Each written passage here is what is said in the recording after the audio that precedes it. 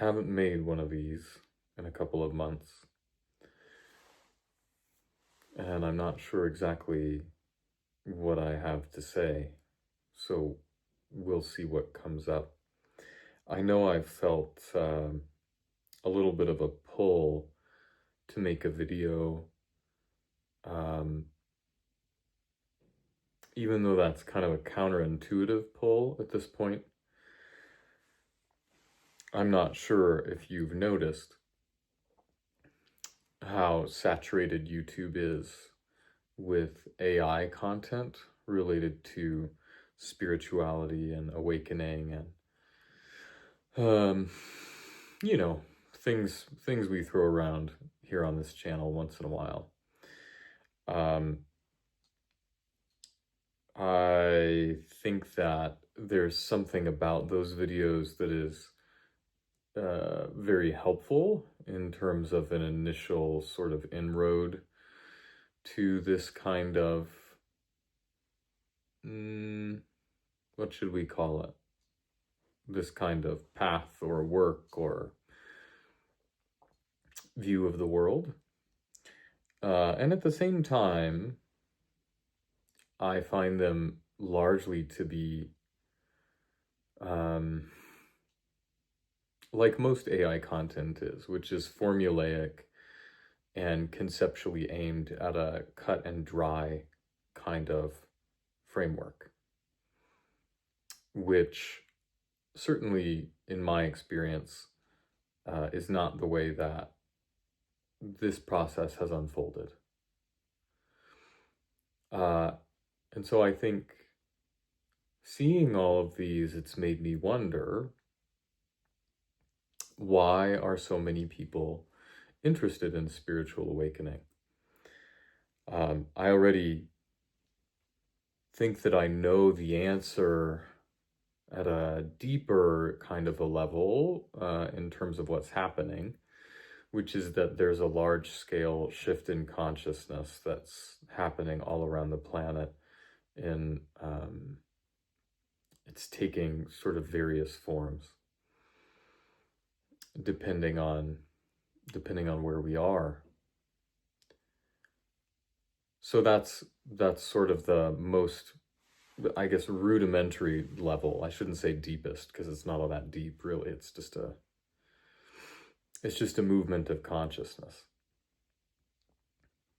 But I think the maybe more nuanced question is, what do you think spiritual awakening is? What is spiritual awakening? What are we waking up from? What is realization? What are we realizing? Right? Why are either of those things necessary? Are they necessary?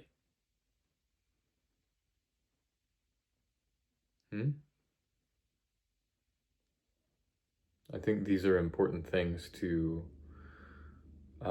maybe look at, because one of the things that a lot of the AI content points to, and I would say, you know, a reasonable amount of just general spiritual content on YouTube points to, are conceptual frameworks and people telling you that they know what spiritual awakening means and how to do it and why you should do it, or why you shouldn't do it because there's no you to do it, or whatever.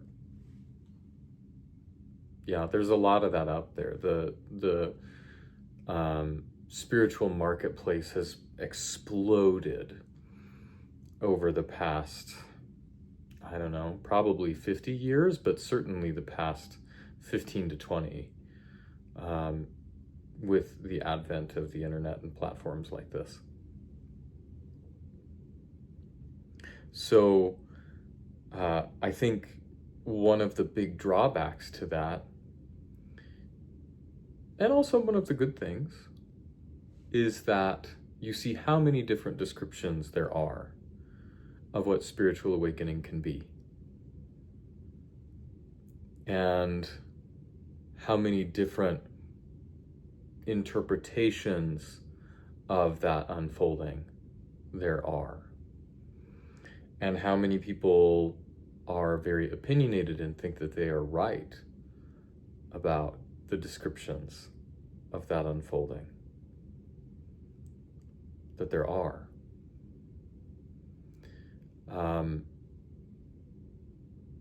But what really matters is what spiritual awakening is to you, in your subjective experience, in your lived here and now experience. What is spiritual awakening to you?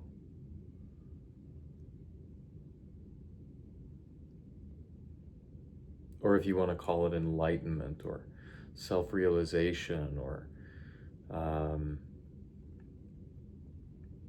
some of these traditional terms like samadhi or turiya or the kingdom of God or whatever.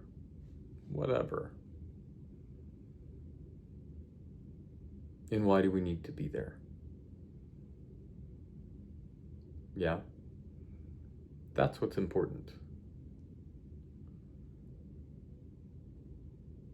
Usually, spiritual awakening entails a couple of different movements. One of them is the waking up out of the illusion of being a self, most particularly a solid, separate self. And that has a bunch of different layers to it. And next, or maybe first, there's the realization of being very much one with everything. Or interconnected, if you'd like. Depends on how it goes for you. Both of them can be pretty profound experiences. Both of them can be pretty important glimpses to have. Both of them are true. Both of them are not true.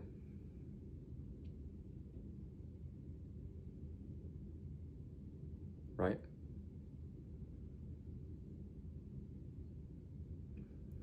So from there,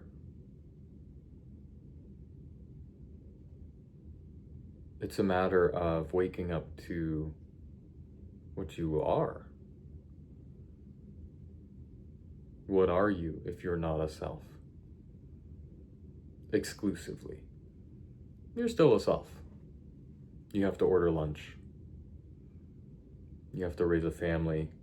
You have to have a job. You have to have conversations. Presumably, if you're watching this. But you're not just a self. So what are you?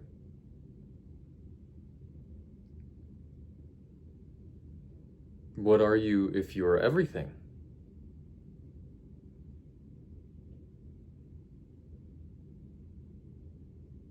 If you're interconnected with everything? Or if everything's in you? What are you?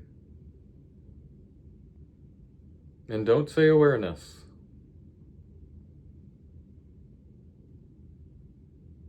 It's a word that comes close. It's the best word we generally land on in English.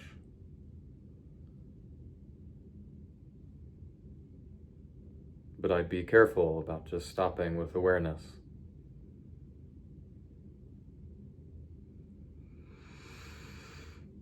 I'd be careful with all of the words, really.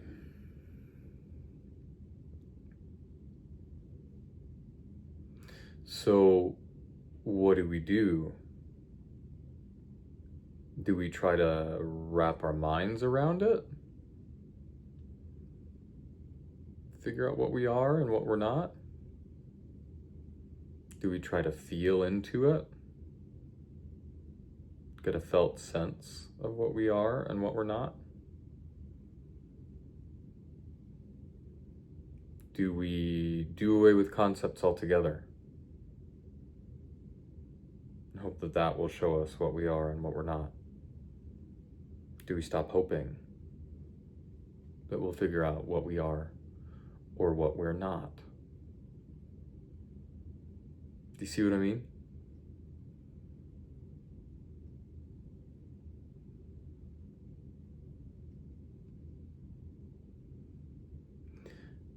Spiritual awakening and self-realization and enlightenment and all the rest of it, it's not really for the satisfaction of the mind.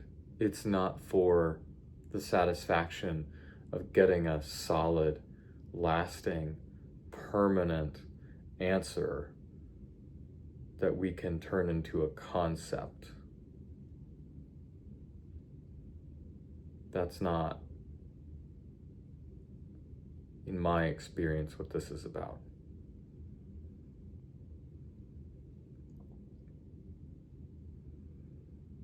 And there are all kinds of practices that we can use to help us move in the direction of what it's about and continue to move in the direction of what it's about, regardless of what kind of glimpse we've had, regardless of what kind of depth of realization we've had.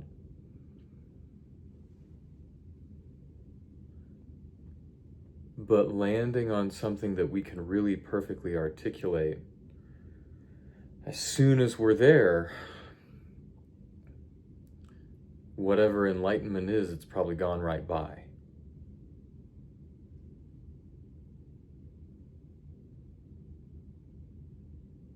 Speaking from what I've experienced.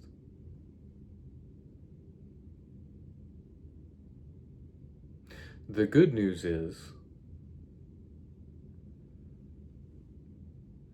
it seems like a really natural byproduct of all of this, of kind of shedding the solid image of a self, of doing away with hard and fast conceptual definitions, of seeing through the borders of separation that we tend to put between ourselves and the rest of the world. A byproduct that arises spontaneously tends to be a lot of love.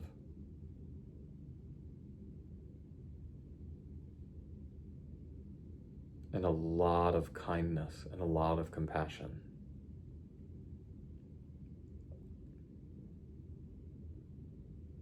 And there are conceptual reasons why, but who cares? It's what seems to happen often.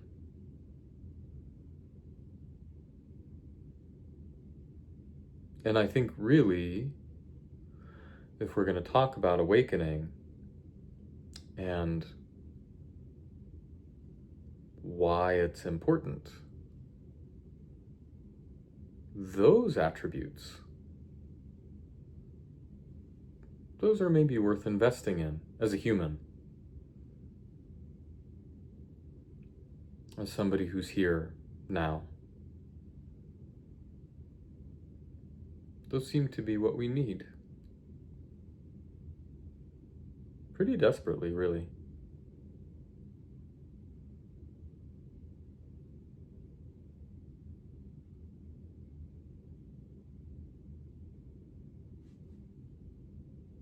I guess that's what I had to say.